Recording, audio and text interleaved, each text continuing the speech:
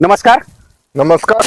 सुधारित शेती तंत्रज्ञान या युट्यूब चॅनल मध्ये आपलं सर्व शेतकरी बांधवाचं मनापासून स्वागत आणि धन्यवाद. शेतकरी मित्रांनो, आज आपण तूर पिकामध्ये याच्या आधी आपण तुरीचे भरपूर असे व्हिडिओ टाकलेले तुम्हाला युट्यूबच्या मार्फत आपल्या सुधारित शेती तंत्रज्ञान. याच्यामध्ये भरपूर शेतकऱ्याचं विक्रमी उत्पादन आहे आपल्या तुरीमध्ये, किंवा विक्रमी उत्पादन कसं घेतलं पाहिजे तुरीचे, किंवा टेक्निकली बाजू कशा तूरमध्ये घेतल्या पाहिजे. आज आपण तूरच्या पिकामध्ये आहोत.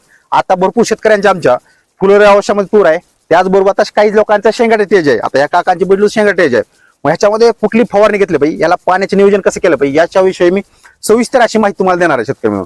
आता आपण एक थोडं प्रकारचे शेतकरी आहेत, त्यांचा थोडा अनुभव घेऊ. नंतर आपण तूर पिकाला पाणी किती दिलं पाहिजे, किंवा शेंगाटे मध्ये आणि फुलाची गळ कमी झाली पाहिजे, ह्याच्यावर फवारणी कुठली घेतली पाहिजे, जेणेकरून आपल्या तुरीचं जास्त उत्पादन कसं मिळेल, ह्याच्यावर तुम्हाला थोडक्यात सल्ला देणार आहे. नमस्कार काका. नमस्कार. आपलं पूर्ण नाव सांगा. शिवाजी बबुराव काळे. बरं, आपलं रामदोरा. आंदोरा. बरं, आपलं किती क्षेत्र आहे तुरीचे एकंदरीत? एक एकर 10 गुंठे. एक दागा. आता आपल्याकडे कुठली जात आहे तुरीची? खडका. खडका. किती बियाणं लागलं तुम्हाला? 2 किलो. 2 किलो.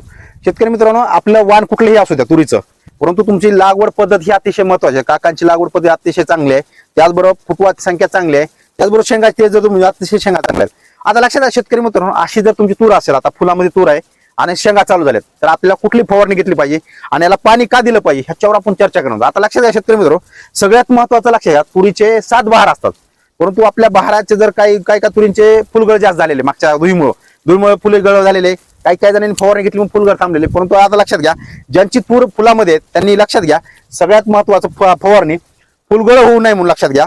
ब्रँड असेल म्हणून औषध भेटेल तुम्हाला. पंपाला 15 ml वापरायचं तुम्हाला. जर 20 लिटर असेल तर 15 ml वापरा किंवा 10 ml वापरा.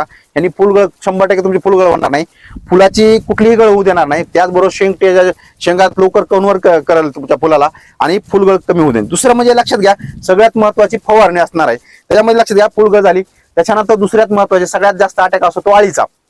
आता फुलामध्ये भरपूर अळी असते, पुन्हा शेंगाला जास्त अळी असते आपल्या तुरीला.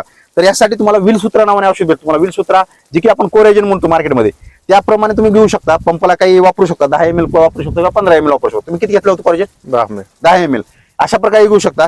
त्यामुळे काय होणार, अळी जी येणार आहे आता शेंगा शेंगा पोकारणी अळी जास्त मोठ्या प्रमाणात शेंगावर, ती अळी येणार नाही. 30 ते 35 दिवस कंट्रोल करेल आणि आपली तूर निघून जाईल. दुसरे लक्षात घ्या, त्याच्यामध्ये तुम्हाला सगळ्यात महत्वाचं, आपल्याला आता ही शेंगाची जे आहे आपली शेंगा, याची दाण्याची साईज चांगली पाहिजे. त्या आपलं सगळं वजनावर असते. तुरीच्या दाण्याची साईज किती आहे आणि वजन किती भरते, त्याच्यावर आपलं उत्पादन मिळतं. आता दाण्याची साईज तुम्हाला जास्त करायची असेल, तर तुम्हाला दाण्याची साईज चांगली बनवायची असेल तर 0.34 खत घ्यायचं तुम्हाला. पंपाला 60 ग्रॅम वापरायचं तुम्हाला, जे की तुम्हाला फवारणी